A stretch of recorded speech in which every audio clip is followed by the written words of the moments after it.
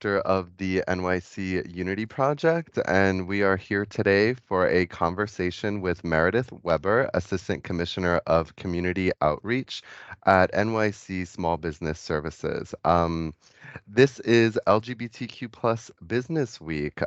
It runs from November 27th to December 3rd, and the NYC Unity Project is hosting a number of engagements and informational sessions on LGBTQ plus Business Week, and I thought it would be wonderful to be chatting with SBS to dive in deeper on some of the work that SBS does and the ways that it supports small businesses, including LGBTQ plus small businesses here in New York City. For some background on the NYC Unity Project, it is the LGBTQ plus programs and initiatives division of the Mayor's Office of Equity and Racial Justice. Um, LGBT, LGBTQ plus Business Week aims to increase visibility of queer-owned businesses, empower LGBTQ plus small business owners, and raise awareness of economic issues facing LGBTQ plus people. Over the past year, queer-owned businesses have faced increased targeted harassment and violence.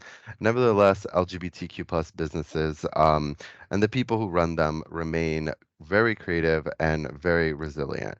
LGBTQ plus small business owners are culture shapers, trend makers, and job creators, and they build safe spaces, provide services, and develop innovative products for their communities and allies. So now I would like to turn it over to Meredith. The first question I want to share with you, and of course, if you could introduce yourself. And the first question will then be, can you share with me more about SBS generally and the work that you do?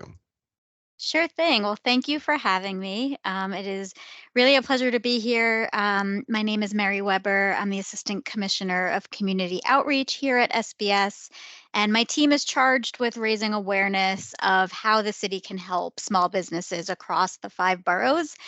We offer a ton of really helpful programming and services, but a lot of people don't know about us. So we are here to try to spread the word of how businesses can take advantage of all the city has to offer.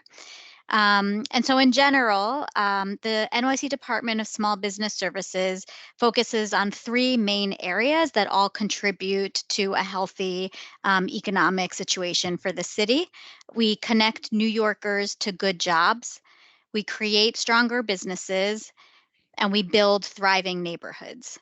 And so the idea is that by enabling and empowering stronger businesses, those businesses will then start and grow and hire New Yorkers, which we then have a pool of talent ready to connect to businesses that are hiring. And then these thriving businesses are what makes up the fabric of New York City's commercial corridors. So building more vibrant neighborhoods by having these stronger businesses and local employers. So that's kind of the strategy behind small business services. Thank you. And I think that is so important, particularly the outreach component. There are so many services that New York City offers, and I think part of the challenge is getting the word out and then navigating all those different services. It can be challenging when you go online and you're trying to parse through just the number of things out there and recognizing what will actually be most helpful for you, particularly as a small business owner. Um, and so I think this segues really well into the next question, because this is something that small businesses undoubtedly have to face when they're either starting or operating a business. And so my next question to you is, there are numerous regulations and requirements for current and prospective business owners to navigate. How do you make that easier for small business owners? Absolutely. So we know that navigating the myriad of city agencies and licenses and permits to just open your doors or operate your business is very overwhelming. We have a team which is called NYC Best, the Business Express Services team, and they can help businesses both that are opening their doors and businesses that are operating. So this team used to be former inspectors in different regulatory agencies.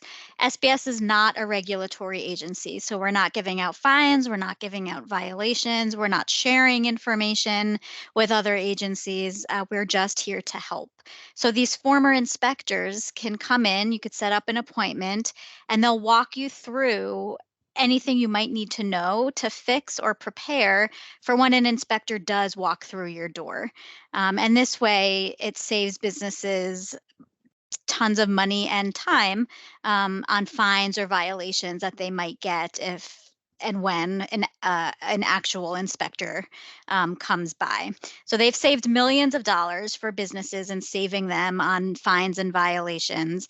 And you can set up an appointment for them to come to the business and do a walkthrough consultation. This team can also help new businesses or expanding businesses expedite licenses and permits that they may need to open their doors. Businesses spend thousands of dollars on expediters. We offer it for free. Okay, that is wonderful. I know if I was starting a business, I would probably feel a little bit overwhelmed, particularly in navigating all those various processes. So it's really great to know that that exists. And what is the name of it again? NYC BEST, the Okay. Business Express Services Team. Okay, that is wonderful. And it segues into the next question as we discuss about starting a business. So a top need of business is often capital.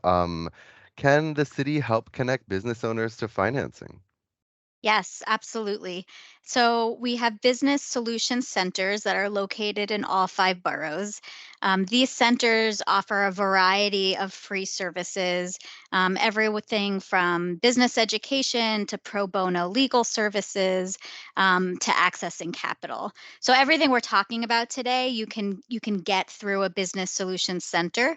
But these teams work with over 40 lenders, both from like community development foundations to the private sector, grants and banks, traditional banks, and they can help businesses navigate the options that they may have depending on their personal and specific situations, and then also help them apply. So if some businesses need a little bit of support in actually getting the documentation together and submitting an application, the centers can have a one-on-one consultation where they're helping apply for any funding and then also find the right products for them. We also recently launched a funds finder, which is online, and it is one location where a business can find from a variety of different sources, different financing options. So that could be from um, community development financing institutions, it could be from traditional banks, it could be from government sources, it could be a loan, it could be a grant. So that's an online tool that businesses can also use to navigate the very many options that exist for them.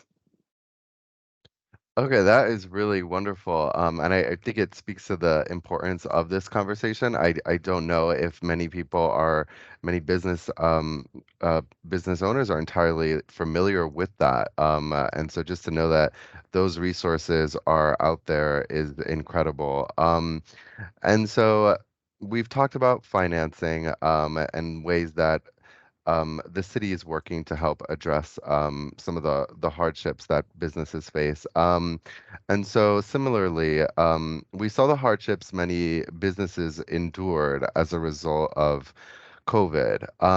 Can SBS help businesses better prepare for emergencies? And emergencies are always something that we like to not think about.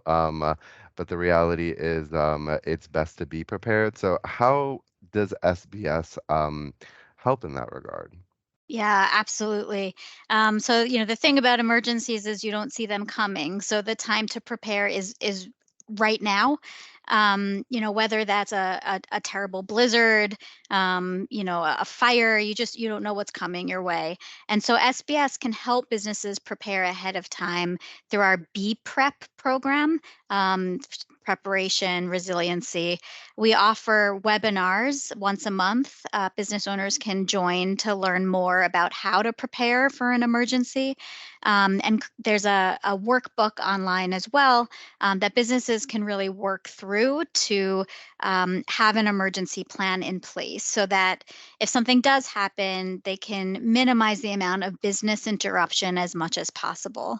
So having an idea of, what their the important documents that they should be thinking about, having extra copies somewhere separate than where, they might be. But there's a whole bunch of strategies to think through to make sure that if an emergency does strike, a business, doesn't have to be shut down for an extended amount of time. That being said, sometimes you could prepare as much as you want, and an emergency strikes. What do you do? And so we do have an emergency response unit. Once the conditions are safe to enter into the business, this team will come out. They'll help a business owner navigate the space, retrieve, any merchandise that might still be intact, retrieve any important documentation. They'll help prepare for insurance claims. They can help notify about any street closures or other city-related events that might be impacting the business.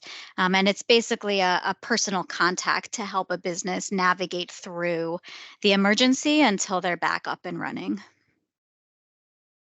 That sounds like an incredible service. I think it's wonderful to know that these small businesses are not alone, and that SBS offers that, particularly during challenging times like emergencies. Um, Now, so let's say I'm a LGBTQ plus small business owner and I am hiring, and hiring can be very challenging. Can the city help me find talent? Yes, as I mentioned, at the beginning of our conversation, we have a whole division that is sourcing talent for businesses that are hiring. So our Workforce One team, they are constantly screening applicants. Either if they're not job ready, they will help with resume writing or interview skills or training opportunities. But for people that are a good match for opportunities, they will help recruit that talent, screen that talent, and then send them over to a business to consider for hiring. So again, recruitment can cost a lot of money for businesses, and the city offers that for free as well. That is great. And it's amazing. The more I speak to you and the more I look at your website, just the number of resources that you all provide. And so this is one that is often discussed, but can you share with me more about some of the city certification programs that LGBTQ plus small business owners may be eligible for and how they can apply? Sure. So the city's MWBE program, which is Minority and Women-Owned Business Enterprises, is a certification program for businesses that are 51% owned either by a woman or a minority. And it provides an incentive to city agencies to work with minority and women-owned businesses. And so it helps businesses get priority access to government contracts, which could be a huge boost to someone's business. So there's this certification for 51% minority and women-owned businesses. There's also something called EBE certification, which is Emerging Business Enterprises. This is regardless of race or gender, but focuses on socioeconomically disadvantaged New Yorkers. So that means a net worth of under $1 million. The application process, you can find that, on our website. And we also have representatives who can help walk people through that application if they need the extra support. That is wonderful. And so you've shared with me many incredible services, and it's really just a few of all that SBS offers. Um, uh, so then I guess it begs the question, how much do SBS services generally cost a business owner? Right, so that's the best part. This is all free. You could, like I said, on so many of these, you could spend thousands of dollars, but the city offers it for free. So definitely encourage business owners to check them out, and there's really no reason not to. Yeah, that is really wonderful. And to reiterate, the services are free. And I think that's part of the interesting part when you're looking through online trying to navigate and get assistance with any particular issue you have. Part of that navigation is not only just like the copious amount of different services out there, but finding services that are legitimate, and then in this case finding services from New York City government that are free to NYC small business owners. So that is really incredible, and thank you for sharing that. So I have two more questions today before we wrap up. Where can current and prospective business owners go to find out more information about the many resources and services that SBS provides? You've certainly discussed a number of really incredible services. I'm sure that it's leaving anyone listening with additional follow-up questions. And probably curious about what else is out there. So where can current and prospective business owners go to find out more? So the coolest thing about all of this is for anyone watching, you might be like, well, why isn't she providing links? Like, how do I access all of this? You don't need to remember anything except for nyc.gov/business. So we recently launched a new My City business website, which is like the first of its kind for a government agency. It has an AI chatbot. And so what that means is you can put in any question you have, and this will navigate like thousands of web pages of information, but just from city websites. So you can trust it. It is from a New York City website, and it'll give you the answer that you're looking for. So if you're looking for financing, you just type in, how do I access financing? And it will give you all of the information and the links that I basically just talked about today. So nyc.gov/business is the best place to start to get more information on anything we talked about today, and so much more. You can really, ask it any question you might have that we might not have covered, and it can help. We also have a website, nyc.gov/SBS, and I would encourage people to go to that website, particularly to sign up for our newsletters, which offers valuable, up-to-date information on programs, alerts, new announcements. So it's a really great way of keeping up with whatever is happening and being offered through the city and through SBS. And you can also follow us on social media. We're on Instagram, we're on Twitter, and we're on Facebook. That is incredible. I know that I have seen the website and it is really great. And just the number of resources and links that are on there, I implore any LGBTQ plus small business owner and any small business owner for that matter to check out the webpage because there definitely are just a copious number of resources and services that are provided. Um, my last question, you might have answered it, but you can provide any additional insight. How can current and prospective LGBTQ plus businesses best get in touch with you if they have questions or need additional information? So SBS has a hotline, and it is staffed every weekday from 9 a.m. to 5 p.m. And you can give them a call and speak to a live human, and get help with anything you might need. That number is 888 SBS for NYC. And then we also have if you don't want to talk on the phone, which I feel like, people have like an aversion to these days, there's also a contact us form on our website that you could fill out at nyc.gov/SBS. Okay, that is wonderful. So if you are an LGBTQ plus small business and you're feeling almost overwhelmed at the really number of great tools that SBS provides, you can get in touch with someone and they will be able to help you navigate that. So that wraps it up for all of my questions today. This was really great. I hope that any small business owner that is listening to this conversation follows up with SBS, reaches out, um, uh, checks on the website and really the number of incredible resources that you provide for free. And so thank you so much, Mary. It was a wonderful conversation. And I think it was a great way to start LGBTQ plus Business Week. Awesome. Thank you. Thank you. Take care.